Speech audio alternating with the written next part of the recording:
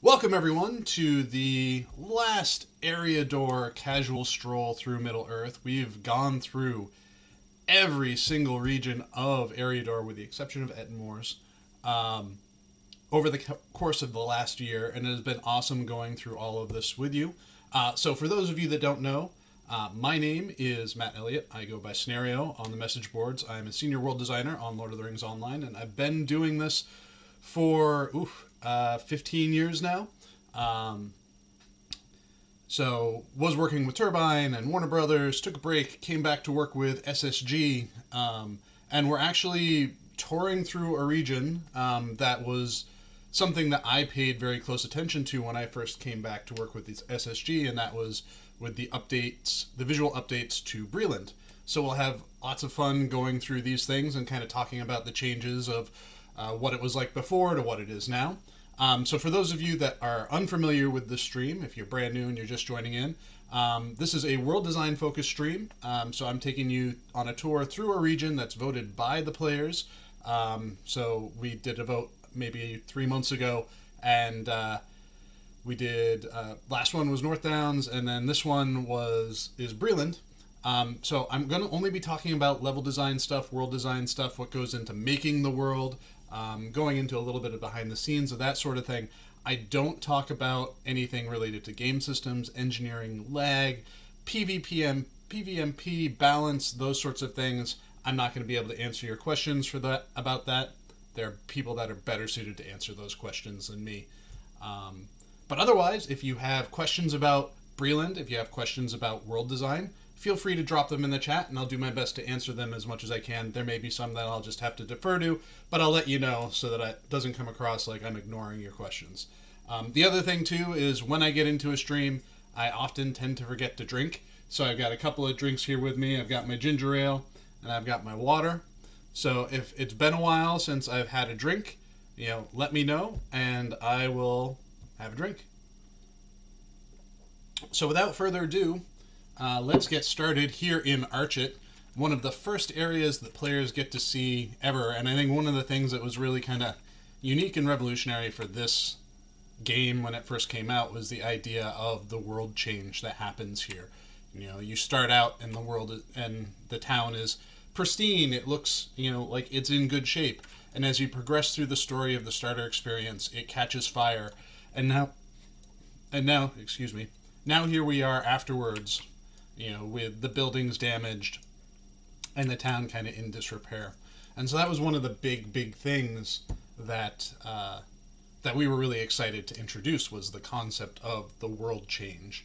And we've gone through and done it in a couple of different ways since then, between instances and even just quest phasing. So one of the things that I'm doing right now, as you may notice, is I am doing this on a live server. Don't typically do this on a live server, so I'm not going to be uncloaked running around. I'm not going to have name labels on or anything like that. I don't want to do anything that would, cause undue attention to any other players. So I'm just going to run around through here. So one of the things that was really exciting to me when I first came back to work with SSG and to work on LOTRO was I was tasked with taking a look at updating the visuals of Breland. We had the legendary servers coming up very soon, and we wanted to give the region a little bit of facelift. I think one of the areas that saw the biggest changes was Archit. Archit was really suffering from the fishbowl effect, where there were these high cliff walls all surrounding all of it, and it just kind of made it feel penned in a way that wasn't very natural. So one of the things that I did when I first started kind of addressing this was I wanted to go through and come up with ways to pull down the impassables, to make it feel like it was part of a bigger world, make it feel like it wasn't so isolated. And one of the things I did a lot was just pulling down those impassables and then putting up these dense bushes. Now, in the public versions, once you've completed the starter instance, there are no physics on a lot of these on a lot of the bushes, but for the purposes of the new player experience, for the purposes of Archit, we put physics on them to kind of keep people in. And then once you progress and you have access to the open world, you can, get out beyond that and explore in any direction that you want. Though you'll likely end up finding your way into areas that will very quickly see you defeated.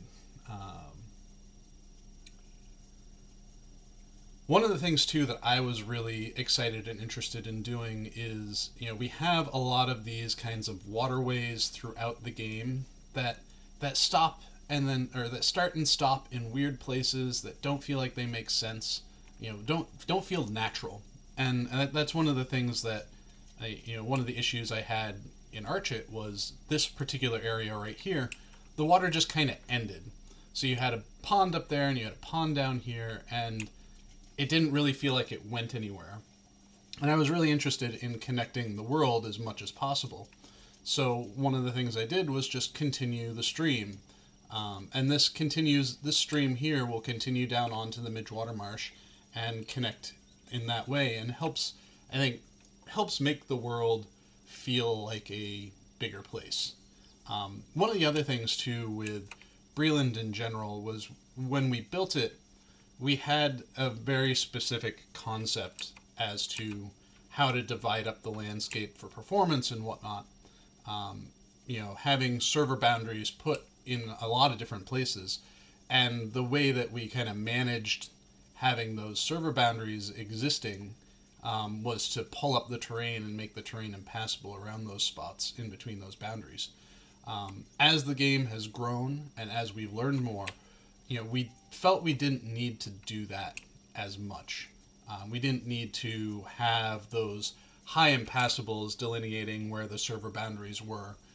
And while there are still some like weird behaviors that can happen with certain interactions across server boundaries, we felt that it was more valuable to have a more open and broader feeling world, as opposed to having one that was a little bit more closed in, for the sake of, it being weird that maybe, attacking across a boundary and hitting a monster wasn't working right. That sort of thing. So this whole region was a lot of fun to kind of to take the magnifying glass to and do what we could to revise it. One of the things that always bothered me was whenever we would make a building and have it embedded in the side of a cliff, which is what the Comb and Wattle was. There was a big cliff here that was kind of just, the whole building was embedded into it, and that just does not, to me, feel like how a building would be built. So I put a lot of effort around Comb, pulling down some of those high walls around everything in order to make it feel like it was built like how a natural feeling town would be built. How people would build a town.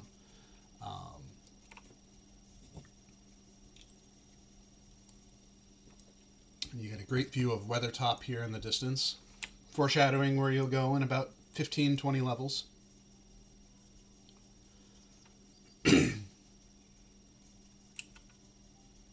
This was another, this just was something that I was really just happy with, was building this waterway into the Midgewater, again, connecting the world, making it feel like a bigger place, coming through into here and doing a revamp of the lumberyard and making it feel like it's more of a, active site than it was before.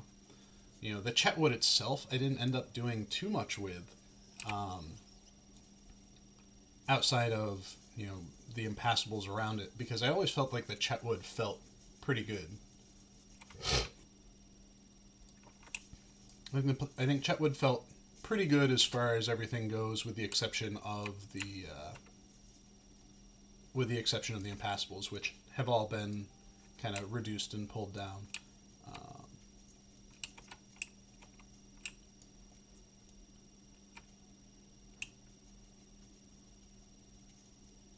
It was fun, or I shouldn't, fun isn't necessarily the right word. It was interesting trying to do the work around the ruins in some of these spots in order to make it all work.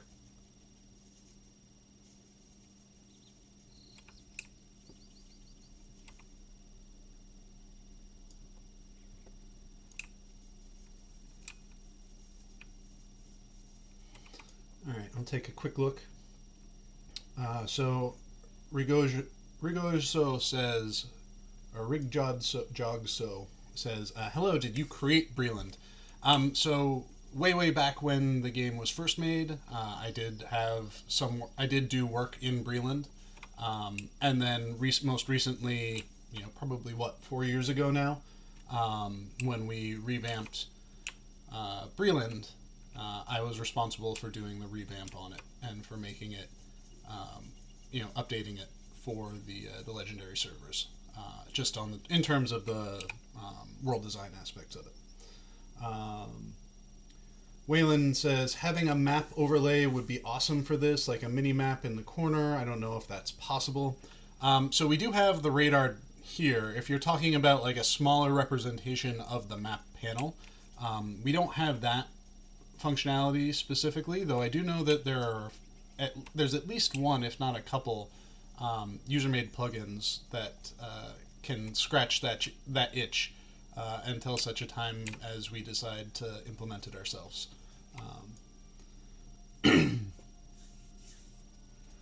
I Sure Hope So says, having so much fun in the Wildwood right now. Did you work on that? Yes, I did. The Wildwood was kind of my brainchild. One of the things that I really wanted to do was to see how long it could take us to, kind of develop the filler spaces. And Wildwood was kind of the start of what has become kind of our through line recently, between the Angle and the Undershire. Like, if we hadn't done the Wildwood, we probably wouldn't have thought to do the Angle or the Undershire with quite as much gusto as we have.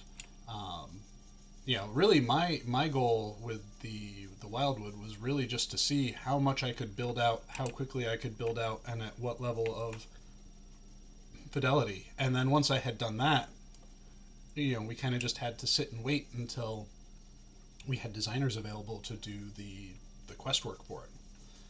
Luckily, I had a great partner who was like super keen on the idea and was really excited about just like jumping right in and kind of putting his spin on the Wildwood based off of kind of the original plans and ideas that I had for it. Did you struggle on any critical things or annoyed while making? I'm not quite sure what you mean by that question, Rijogso. I think maps are a tricky thing, like particularly if you look at the radar disc right now, it's nothing but foliage, and I wish there was a better way for us to handle some of that stuff. I've got some ideas in mind, but I'm not sure how much of a technical hurdle it would be for us to achieve that. So this area that I'm running around in right now is an area that, prior to doing the work that I had done, was impassable landscape. There's a boundary here that, I tore it down. I tore down the landscape so that it could be open to the Midwater Marsh, and I think the area is much more successful and natural feeling because of it.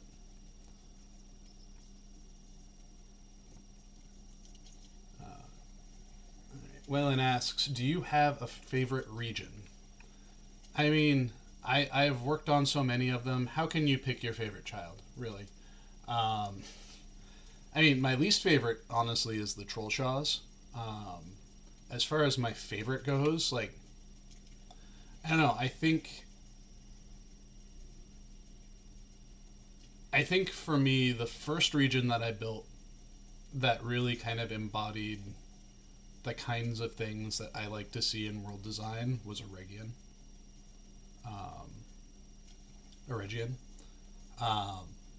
And I think a lot of what we did there kind of informed how I like to approach world design and everything else that I've done. Just kind of the openness of it, the kind of more natural feeling of it, the greater implication of a world outside of its own playable space. So Wellen asks, because Troll Shaw's is so closed and windy. It's not necessarily that. It's that, like, for me, running around in the Troll Shaw's, one, like, I have probably been a part of 4 or 5 different revisions of the Troll Shaw's, and I'm just kind of tired of it. Like, when the angle came up and people were like, so who wants to work on it? I was like, not doing it, not working on the Troll Shaw's again, because I have done it a lot. So that's kind of like the big reason why I begged off of that. But I think part of it too is like a lot of it feels like old school game development, where the landscape is built to be in service of the gameplay, not to be in collaboration with the gameplay, if that makes sense. Like, the idea of the Troll Shaw's is this, lots of crevasses and like small canyons and box canyon things, but it really, kind of mazy, but it feels like mazy in a gamey way, which is not ever really how I want a landscape to feel. I don't want to feel like the game is forcing me to go this way. I want to feel like the landscape's contours and the nature of it is making me go that way. And I always feel like Troll Shaw's is just kind of like unnaturally forcing me to go certain ways, and then frustrating me when I need to, like, backtrack.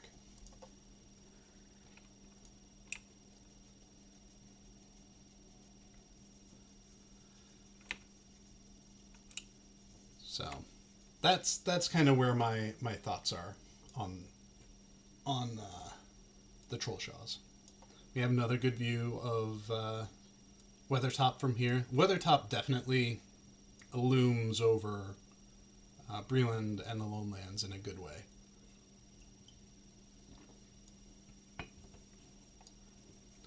So Breland is one of those areas too where I feel like we keep coming back to the well, we keep tinkering on it, we keep trying to find new ways to do new things with it. So when the original Breland first launched, we didn't have, all of this up here, Nenharn, Far Chetwood, I don't even think we had the horse fields and whatnot. We didn't have the Brandy Hills and basically everything, north of the road, we didn't have. And what we ended up doing was something that internally, and we still jokingly call anytime we do something like this, we called it Project Koala, K for quality. Where in Project Koala for Breland, we were like, all right, we have Breland, we know that there's a lot of this open space around it between other regions, and we know there's a desire from the players for explorable space. So, and we'll get to those areas. I'm actually going to skip the Wildwood because I've already done a casual stroll through the Wildwood, but we'll hit everything else as much as I can. So one of the things that we really wanted to do was see if we could expand the landscape and give it a more exploration-based theme. So a lot of these areas that we expanded into as part of Project Koala #1 were areas that don't have a lot of content going in them, and they're mostly intended to be exploration areas, places that you can go and explore in without a ton of content. And I think there are different audiences that reacted to that in different ways. There were the explorers who just absolutely loved it, and they thought it was perfect. There were the questers who were kind of disappointed in the areas because there was nothing really there for them. All right, so a bit of trivia here. You see these bright patches on the floor, on the ground here. So let's see if there's a better. So the idea behind these is they're not actually anything but decals on the ground, but they're intended to suggest like sun dappling from the trees. And we did that before we had these dynamic shadows from the trees. So they're kind of like a holdover from back in the day when our shadows were static. We didn't have the dynamic DX10 shadows, but we still wanted it to feel like there was light filtering down through the forest. And granted, too, like the way the forest is right now is a bit different, so there aren't necessarily trees looming over the forest and over the ground in this way again.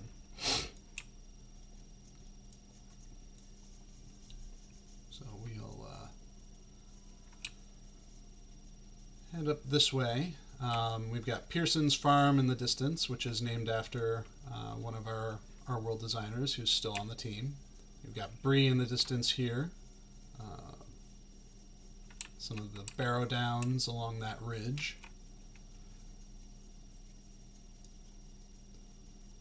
So,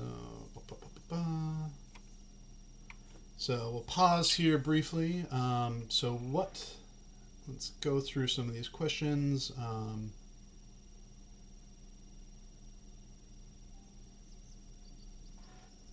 So, what is a typical work day like on LOTRO world building?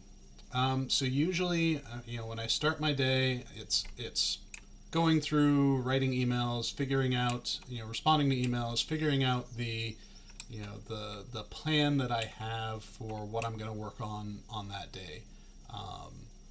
Is it going to be, am I going to spend all day on travel? Am I going to be spending all day on, working on a dungeon, like that sort of thing, and kind of like laying that out and letting the associated parties know, like, hey, I'm working on this, working on that sort of thing. And then, yeah, it's usually like just dig into that. And I typically try to find tasks, unless it's like a bug fix day where I can, basically eat up my whole day doing those things. Of course, there are also meetings that we have to be a part of, whether they're planning meetings, status meetings, conversations about certain, features and objectives. Pardon the lag a little bit. Admin client is a little bit chunkier than the normal player client. One of the things I loved here too is like going through and opening up some more spots in Bree. This area up here was a new addition as part of the update, because this was originally an impassable, and I tore it down and made it into this small little neighborhood with the intention of maybe at some point turning this into a actual player neighborhood. But we've never really gotten around to the point where we wanted to do that. So it's just been kind of this fun little scenic spot that is inaccessible right now, but who knows, in the future it might become accessible.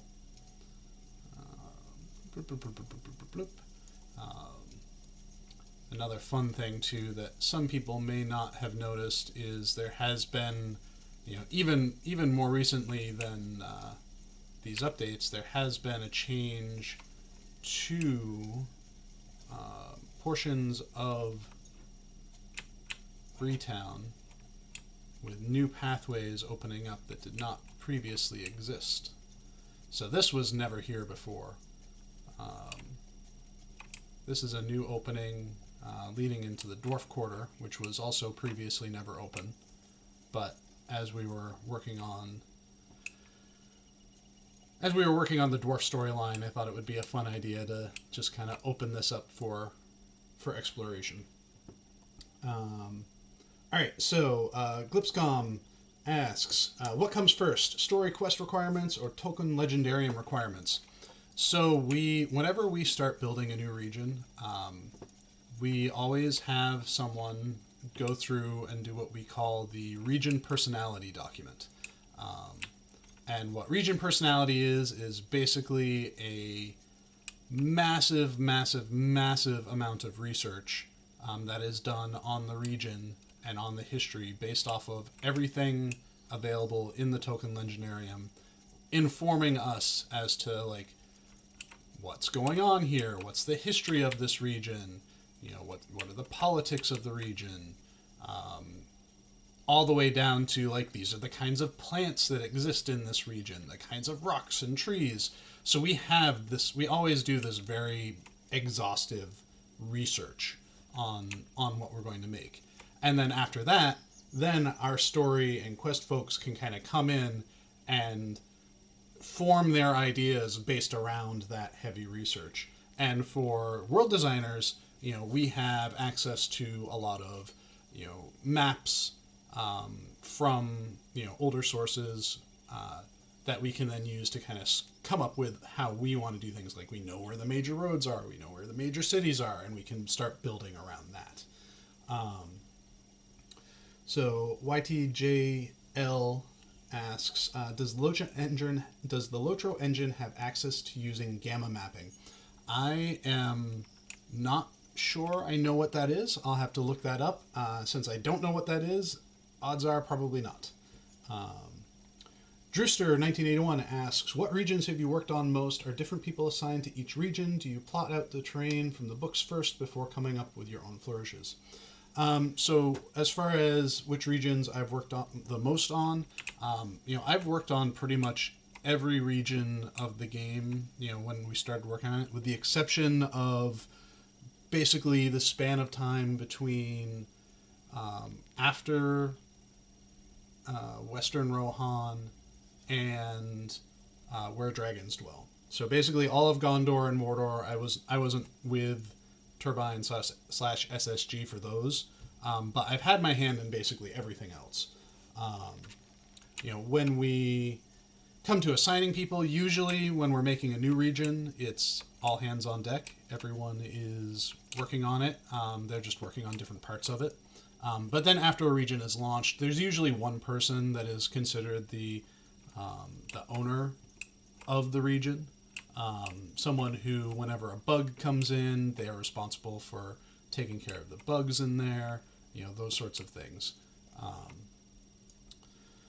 When it comes to plotting out the terrain, we reference the maps, particularly from things like the Fonstad Atlas and the stuff that is in the Tolkien source material pretty heavily. And that's how we that's how we get our feet on the ground, as it were, and then we start playing and sculpting in our tools to develop the landscape.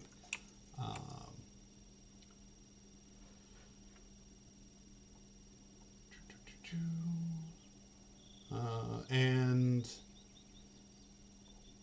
the books always do come first, but then while there are lots of details that are required parts, we feel, to add to the world, there's always room for us to add, our own things and flourishes, because there's no amount of, there's not anywhere near that degree of detail in anything, if that makes sense. So the Cyber Knight, who am I? I am Matt Elliott. I go by Scenario on the message boards. I am a senior world designer on Lord of the Rings Online.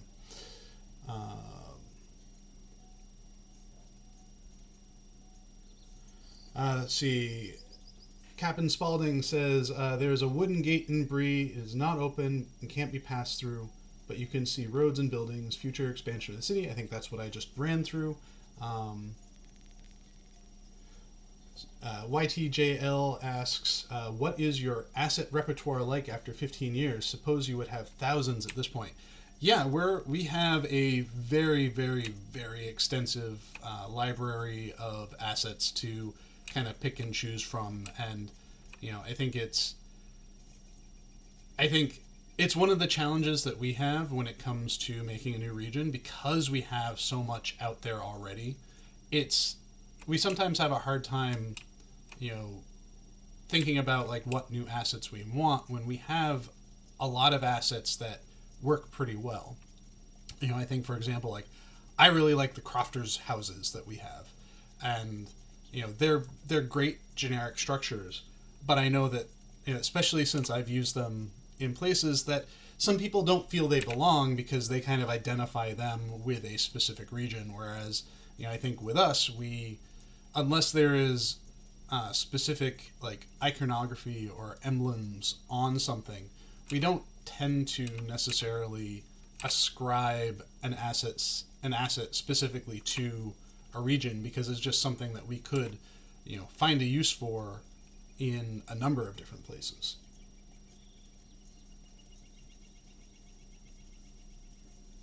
So, yeah, we have a lot. I don't think I think especially between Rohan and Gondor, we added a huge variety of things like trees and whatnot. That, I think we're hard pressed to need more trees. We may want to go through and revise some of the trees we have to make them look better.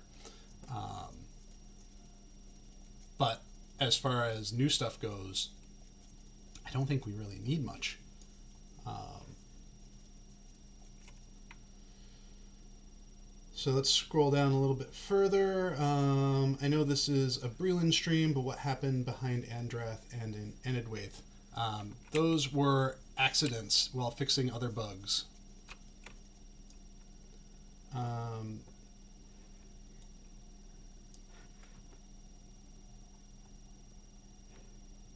Let's read down a little bit more. So you do sculpt. So YJL asks, do you sculpt each region, or do you use height maps first and come in with fine brush later? So I think every person has a slightly different way of how they like to work. We're gonna pop into the Barrow Downs while we're here. Everyone has a slightly different way in how they like to work when they do world design. For me, I prefer to get the broad swath terrain created. So I do the height map and scene files and terrain painting first. Not necessarily paying, like knowing where things like towns and whatnot are going to be, but building the height map and the scenery first, and using that to inform anything else that I put on top of it. It's like instead of a mountain. Excuse me, I need to blow my nose real quick.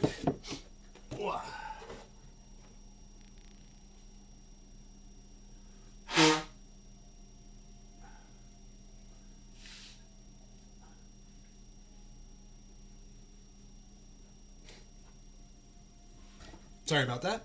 Um, so instead of building a town and then building landscape around it, I tend to prefer to build the landscape and then make things fit into it.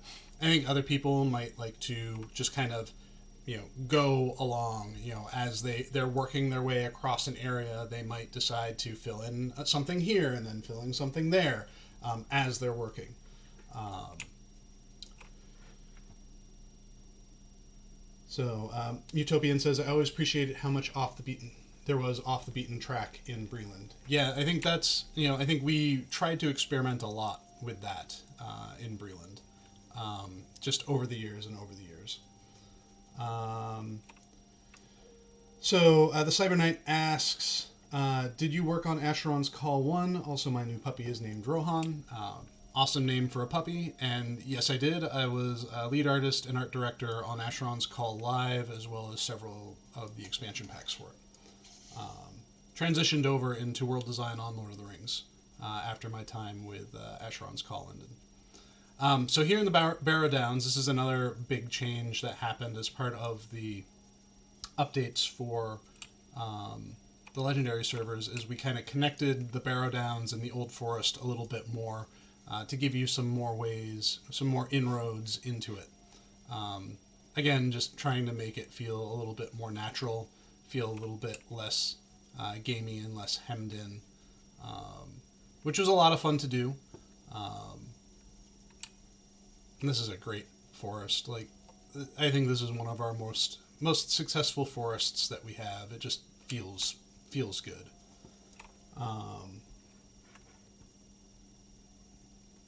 True Pal Trax says, Breland is a nice zone, but I felt it was easy to get on the wrong path while questing, as it's not as clear as north to south, east to west. Yeah, I think that's one of the risks that exists in trying to build something that feels open and feels like a world. I think with the starter experiences, we were very comfortable with having it feel very like hands held through it. But once you were out of the starter experiences, we didn't want people to feel like there was a certain way they had to go. We didn't want them to feel kind of railroaded through. And I think that's the risk that any open world game has. You know, part of the reason why we introduced the things like the quest tracker and whatnot was to help assist people as they are exploring the world and help kind of point them in the right direction, especially if things like, you know, quest journals and whatnot aren't as helpful as they were hoping them to be.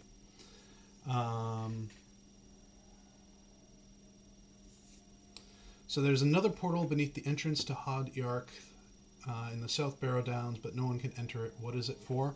I'm not sure specifically what you're referencing.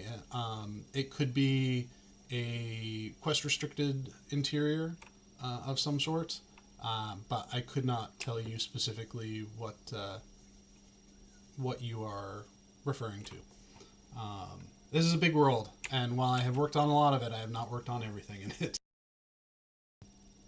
When the world building team works from Glipscom, when the world building team works on a new region, are your world building tools allow team to work in different portions of the new region concurrently, or do they work in a singular portion at a time? So there are kind of several layers of work that can occur in landscape development. You know, we have the height map, which it's its own layer and set of files, and it's subdivided up throughout the world, so there are smaller pieces that can be worked on. Then there is the scene files, so all of like the trees and grass and bushes and whatnot. That's a separate layer with its own set of files. There's the terrain painting, which again is its own separate layer. And then there are the land blocks, which are, you know, hand-placed things, you know, light posts, buildings, creature spawns, like that sort of thing. And they're all separate sets of files, and they can all be worked on independently. Typically what we try to do is stagger how we're working and where we're working so that we don't unintentionally bump into someone else while we're working. Sometimes it happens. Sometimes there's a little bit of an overlap. If it happens, it happens, and we profusely apologize to the other person and then ask, so, how much work were you doing just then? And would it be bad if you were to say, revert all your work so I can check in mine? That sort of thing.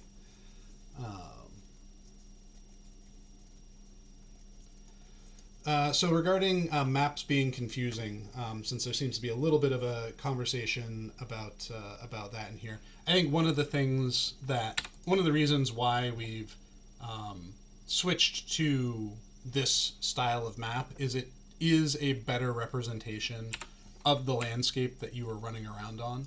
I completely understand and appreciate the appeal of the old, more hand-drawn looking styles of the map. For me, I much prefer the style of map that is more patterned after our landscape and our radar, because I feel like it better represents, you know, where you're running around.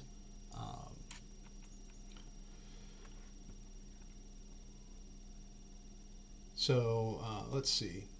Since you folks are getting in the habit of connecting older zones, can we look forward to seeing Andrath open up soon? I don't know what you're talking about, F. Duddy. There's a gate there. Bandits hold it. You know, there are... You got to talk to them. Since most of LOTRO map is not instanced, I think, how do you guys take care of loading in the right parts of the map? Are you using some sort of culling? So the way, you know, much to like how I was talking about how we have different, you know, sets of files and how they're broken up, you know, things like, you know, the terrain, the scene file data, the terrain texture data, all of those are broken up into smaller chunks. And as you run around the world, you're basically constantly unloading stuff that is far away and reloading new things that are coming into your view. So, like, as I'm running around, I may run north, and I run far enough north, and a new set of stuff that is, the furthest set of land blocks ahead of me loads in, and the furthest away from me behind me unloads, that sort of thing. We also have other systems in place, like degrade systems. You can see in the distance these distant imposters, these trees. Those aren't really the trees, they're representations of the trees. But as you get closer to them, they'll swap in with the actual version of the tree. So the Brandy Hills is a part of Project Koala. It is one of the areas that we added that was intended to be, a bit more of an exploration zone. And I think it scratched that itch for a lot of people. They liked having that extra space to kind of roam around in without feeling like they had to be, they were pressured into doing quest after quest after quest. They could just kind of come out here, chill, do their own thing. Let's see if there are any other questions. Any idea if outside of Bree, where they are building for them? Oh, you're talking about Thornley's worksite. I think every so often, like at least a couple times a year, people come up and just wistfully go, Thornley's worksite. One of these days it'll get finished.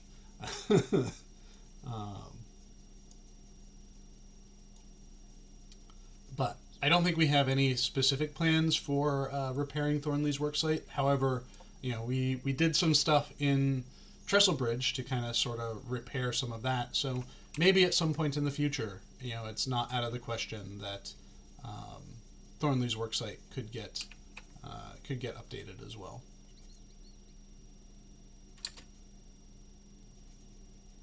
So here we're in the Bree Fields. This cliff here was part of the original Impassables of the world, and we pulled it down here and there to let people up into the Brandy Hills. Time for a drink. Cheers.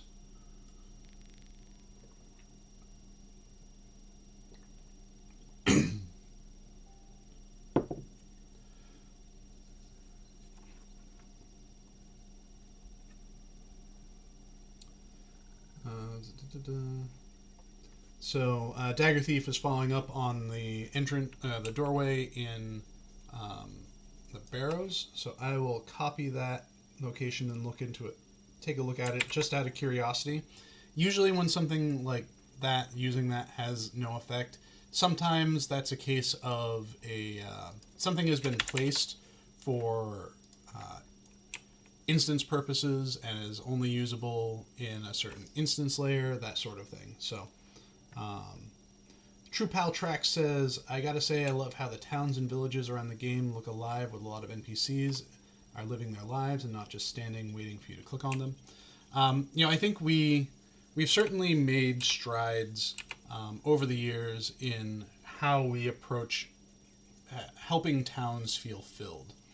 When we launched the game, basically every NPC character you saw was an NPC of some sort, even if it had nothing to do. It was a color NPC that would have its own idle animations. There was nothing to do to interact with it. It was just there for dressing. And those come with a performance cost, because even though they do nothing, they're still NPCs with AI packages and behaviors and all of that, scripts and whatnot. We eventually have kind of moved towards a entity-driven color NPC thing. So you can't click on the NPCs that are hanging out in town because they're entities, they're static. But they exist, they have animations, they can do the things that most NPCs typically do outside of patrolling. They can't patrol. But they act as kind of living deco for a town. So Doomy 1992 says there's a lot of areas in Breetown that you can't go into in houses that are just building blocks one after another. Will Bree ever get another revamp to open it up? Well, so this is something that it comes up as a joke a lot of times in RPGs with, brave adventurers breaking into or invading people's homes without their permission and going through and looting and stealing and all of that stuff. I think that having every single or having a large number of buildings that can just be walked into, particularly in a city, doesn't always feel right to me because like you're invading on someone's private property, and I would expect to some degree that there would be locked doors and there would be just buildings you couldn't get into. So I don't necessarily prescribe to the idea of having every building be open and enterable. Just because of that, just because of the realism aspect of it. Am I opposed to, having interiors that when you break into them, there are NPCs inside that will kick the tar out of you?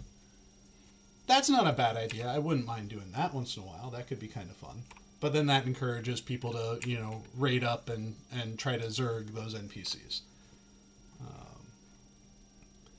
Cyberknight says, I would just like to thank you for your work on AC and LOTRO. Love both games. Well, thank you. It's been a long and awesome journey for me. I fell in love with Asheron's Call when I was in college, and working at Turbine was like was like my dream job because of it, and I was very fortunate to be able to have done that. I was very fortunate to have been able to turn kind of a passion into a career.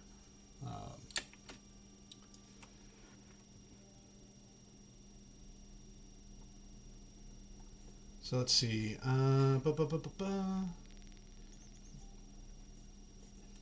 There too bad. So we're still talking about the Barrow stuff.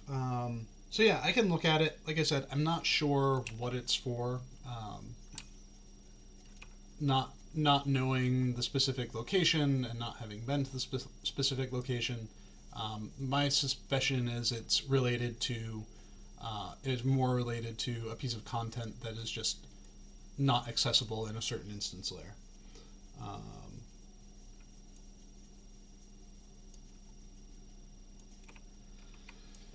So it's always so.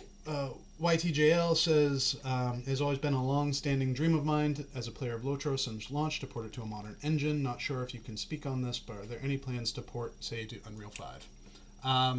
I can't speak on any of it except to say that porting a game that has been developed on one engine to a completely different engine is a very, very, very difficult task and not something that ever should be undertaken lightly. There have been a number of games recently that have been like, oh, we switched from Unity to Unreal, or even just switching from one Unreal version to another Unreal version. And a lot of the times when you see those stories are very fraught with challenge and difficulty that the development team has had because of those changes, because of the way things are a little bit different between versions of things. So yeah, that's it. It is not just as simple as boxing everything up and putting it over.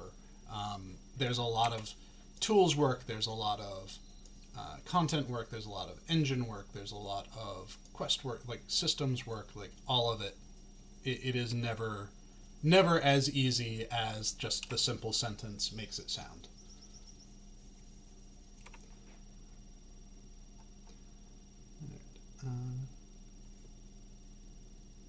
So kind of new to LOTRO here. I bought the game when Mines Moria came out, but my computer at the time couldn't handle the graphics, but enjoying it so far. Glad that you're enjoying it, and glad that you're playing on a system that can handle it. I think that's one of the pros and cons of making a game on PCs is always finding the sweet spot as in like how far can we push things, how do we balance that with the minimum requirements for the things that we're building, like those sorts of things. It's always tricky. And then also the older a game gets, the longer it lives, like how do we think about the game in terms of what are our modern min specs for this kind of game now. So YTJL says, totally get it. Is LOTRO programmed in C++? I think so, but I'm also not an engineer, so I can't say specifically. Most of what I do for my work is all done using proprietary tools and using proprietary scripting systems. So it's not specifically coding anything. It's, connecting the dots.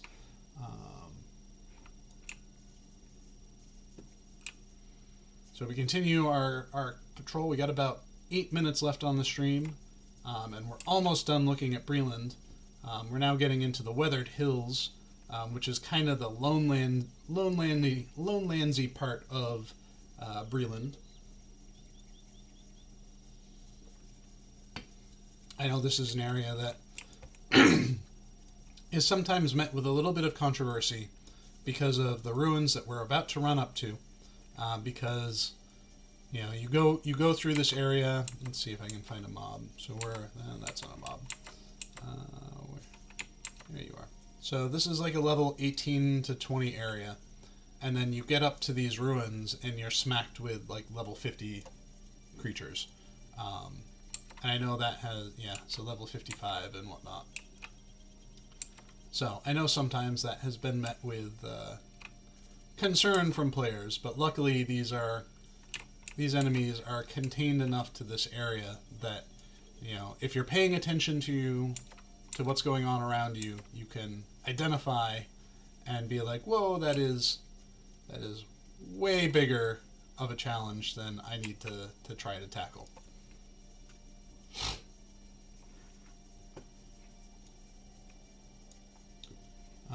Temperature-wise, LOTRO's best graphic is still better for my laptop than, say... Well, that's good to hear. Any info about premium homes in Bree? So, I think we have a great big list of, the kinds of neighborhoods we would like to make. I think that right now, anyways, between what we've done in Rohan and what we've done in Gondor, human-style housing is not the direction that we're going to go next. We want to try to have a balance and to cater to a variety of different things. So the next neighborhood that we introduce is not going to be a human-styled neighborhood. It would probably be more like, we just did Dwarf. So the next, proper neighborhood we do will more than likely be... Excuse me. Ginger ale's getting the better of me. The next, proper full neighborhood that we produce is more than likely going to be either, I would say, elf or hobbit styled. Just so that we can have a broader representation of styles in the game. Because it's easy to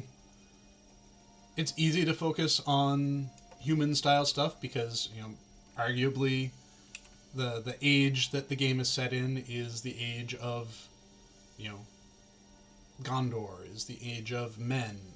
It's easy to kind of lean in that direction because that's where the story leans pretty heavily.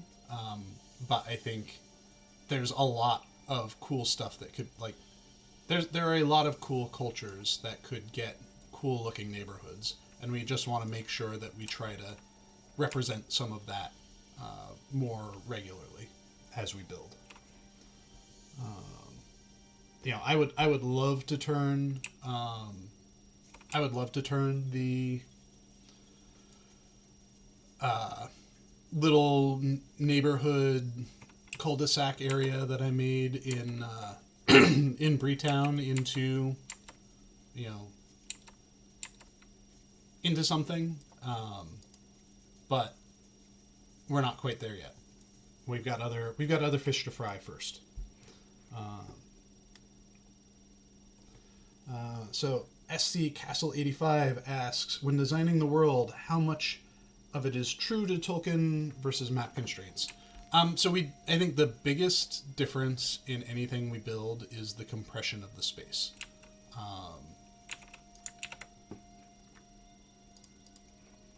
we can't, we basically Shire kind of set the scale at which we try to build the world, and we've like tried to grow that a little bit over time, but really like there are some spots of the game that are just so dense, or some spots of Middle Earth that are just so dense with things that in order to represent, to have all of that in there, we can't build it one to one without it just being too much. Um, the Shire is very condensed. Bree and Breeland is pretty condensed. Um, so I think that's the biggest like difference between our map and a Tolkien map is we have to condense things a little bit more in order to make it a reasonable space to be in, to explore in, that sort of thing. So we've only got a couple minutes left. I think I want to go here. We'll do a little bit of a behind the scenes look at something. This is so whenever I do one of these streams, I always do a research of the region and pull up all of the locations that we could possibly go to for interiors. I'm going to be running around on landscape, so I don't really touch landscape stuff all that much, but for interiors, so while I was running around, I found this, and now I can't begin to tell you what this was originally intended to be, but this is a dungeon, kind of built to feel like it's outdoors, set in some Arnorian ruins, maybe. Possibly this was at one point going to be an instance. But it's finding stuff like this that's always kind of interesting, because then you like put on your hat and you're like, well, why were we building this? What was this going to be? Where was this going to be? So it's always interesting to run around in a space like this. Because I have no clue. I have no recollection of this being built. I don't remember who built it. And it looks like it connects to something over here.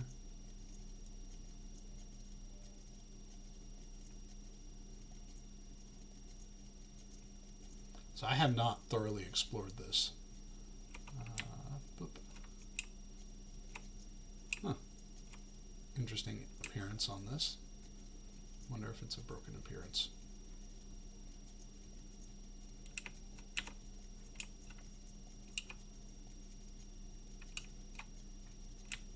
So a lot of these old dungeons that haven't been in here forever, like they are those like black plains or whatnot, like represent a cell mesh, the edge of one piece of a dungeon leading into the next.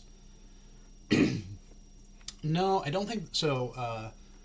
Do 1992 says, was this a draft for Fornost? I don't think it was Fornost. The name of the telepad has Dolnir on it, for whatever that means. And then we had, and this one I think was pitch black, yeah. So I need to.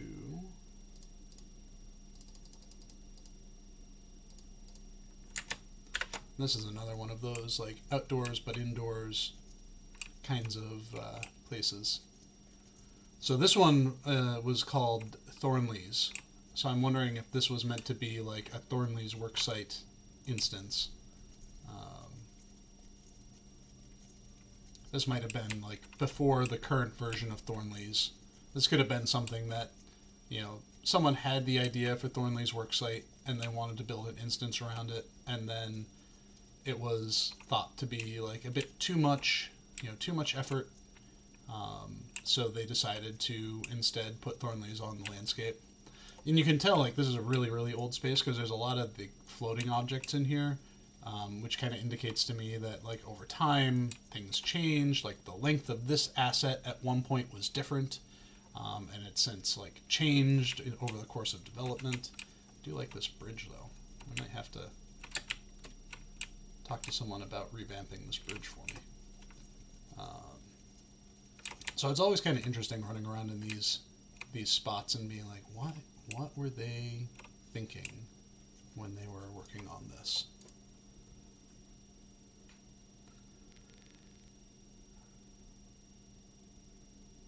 So let's see, a couple more questions, and then I'm going to probably wrap up the stream. So let's see what else is in here. If you have any questions, like get them in now, so I can rapid fire through them. So have you thought about doing a tower style dungeon, either solo or fellowship, where the higher up you go, the harder it gets, the enemies get, but the greater the reward? I'm not sure specifically on that style of dungeon. I don't know off the top of my head if that's something that has been talked about, if that's something that any of the designers are interested in doing. Usually that sort of thing is, not necessarily what I am focused on. Like, I will build a space for any, whatever people want, I'll build it. I'll happily build it. But the gameplay in it is usually not something that I am too heavily involved with, outside of making sure things can path correctly. Do asks, will you ever get to Mythlond or the Elven Lands? So Mythlond, Grey Havens, areas west, here in Linden and whatnot, they're not things that are specifically on our radar, not at least until we feel like we are at a point where we are ready to tell stories in those areas.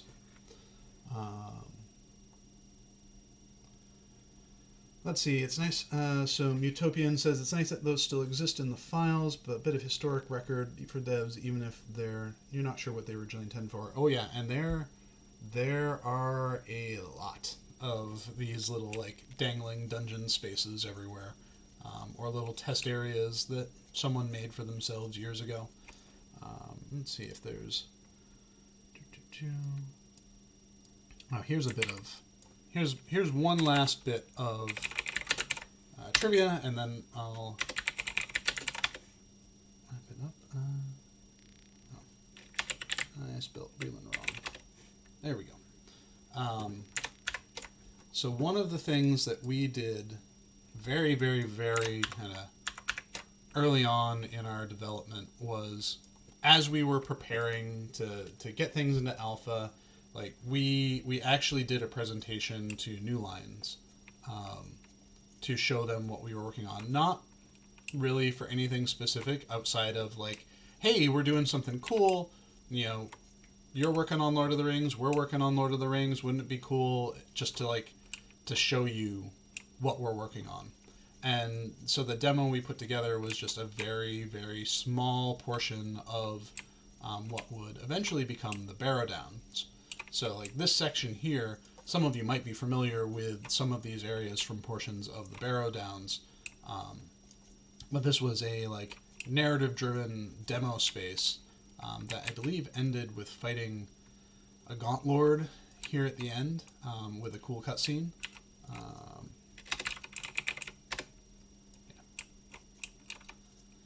So yeah, so a couple more questions in here, and then I'll wrap it up. So do ask, so will we ever get a PvP battle arena like Swordor has, like a 6v6 arena?